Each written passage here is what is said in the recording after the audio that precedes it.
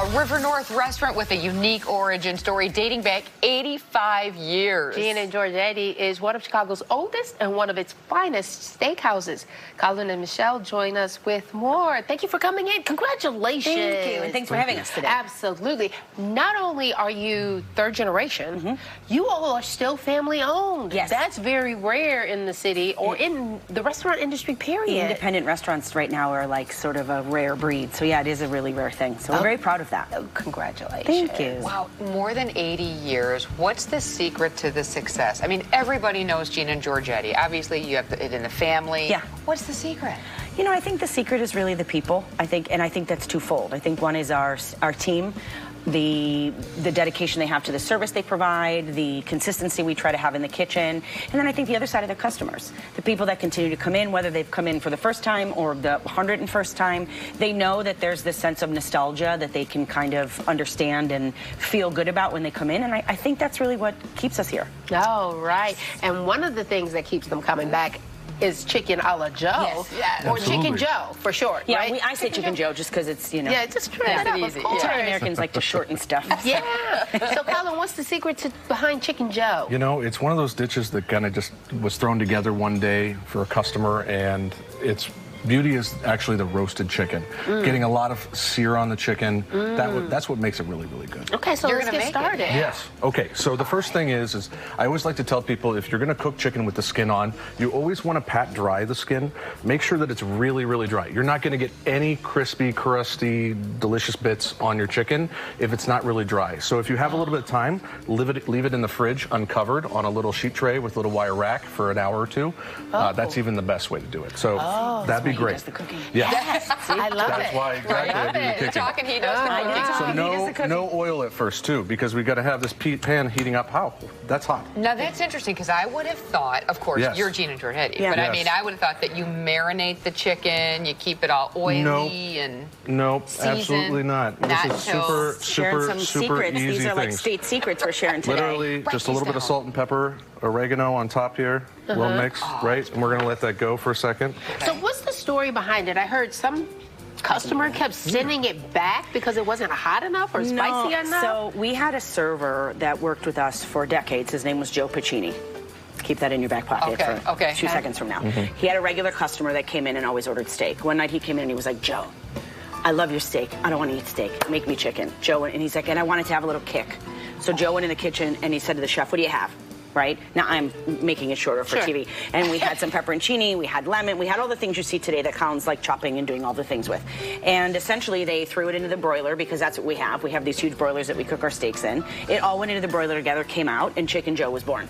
And it was literally that. And this restaurant, my father used to say, necessity is the mother of invention. Sure. And he was a really smart guy because a lot of the things you see at the restaurant exist for stories like this.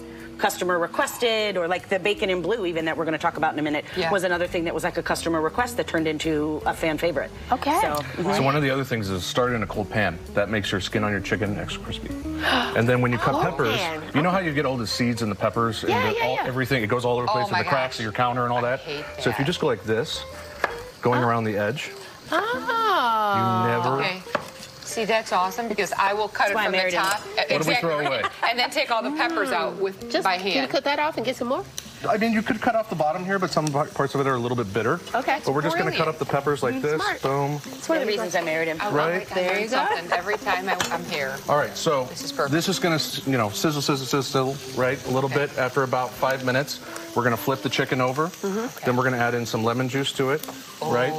Okay, so we're going to magic of television, right? Add it. There you go. That's going to deglaze the bottom. Then you're going to flip over your chicken, okay? Right? Then you're going to go in with your green peppers, your yellow peppers, and your red peppers, and then the pepperoncini. Okay. I'm not going to tell you which ones we buy, but you could probably find them in the grocery store. Okay. Exactly right. Now, there are some things you can't do. Some things you can't do. The pepperoncini adds a little bit of the acid and the kick, so it's a little bit of warmth, but it's also that kind of briny, acidic flavor as well.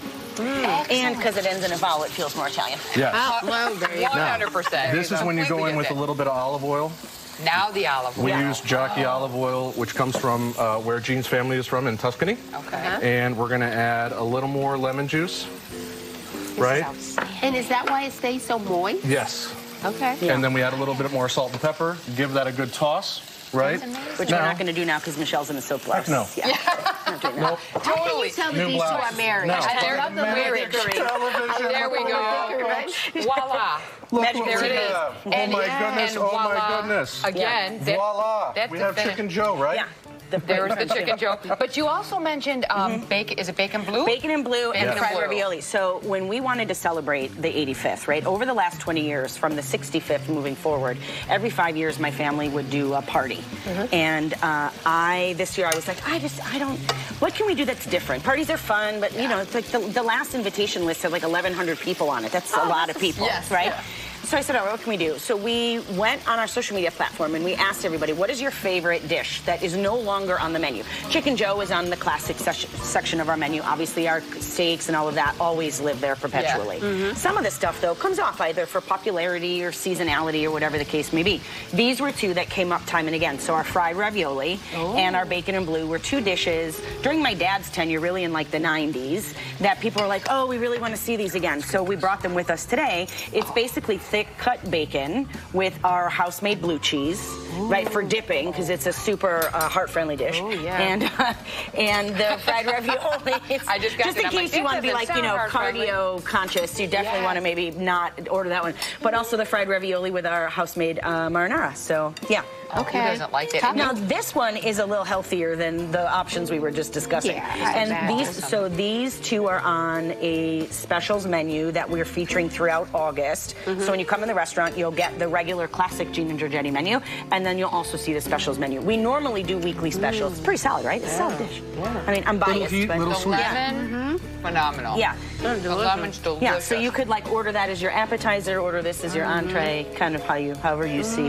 And you so is that how you're celebrating the 85th? No party? No, not yet. No party. You know, my husband's actually a photographer, and I'm an event planner, wedding planner. We work all over the world in addition to owning and operating the restaurant, because this was not what we originally thought we would be doing in life. I don't know why I thought that, but, you know. Because you're not busy enough. Well, right, but when you're an Italian family, too, you never really leave the family business, so here we are. And one of the things that we always talk about is sort of just having a party, throwing a party when you work in parties. It's like cooking when you own a restaurant, right? I'm very lucky because I married someone who loves to cook. I love to cook. Yeah, there we go. I don't. Yeah, it works. So no party yet. I mean, it's coming. I'm a woman, right? I reserve the right to change my mind. That's right. But for now, we're celebrating with food, because for us, the biggest legacy that we have and the way we pay tribute to both Gene and Georgetti and my dad, who passed away almost 2 years ago, is by the food. You know, one of the things we love about the restaurant is we welcome people in on a random Wednesday or on a really important moment in their life to celebrate with our food. So that's what we're doing. That's what we're doing. That is delicious. The best. Awesome. Collin and Michelle, thank you so much for being here. For more details, just head to the website right there on your screen or find them on your socials. All right.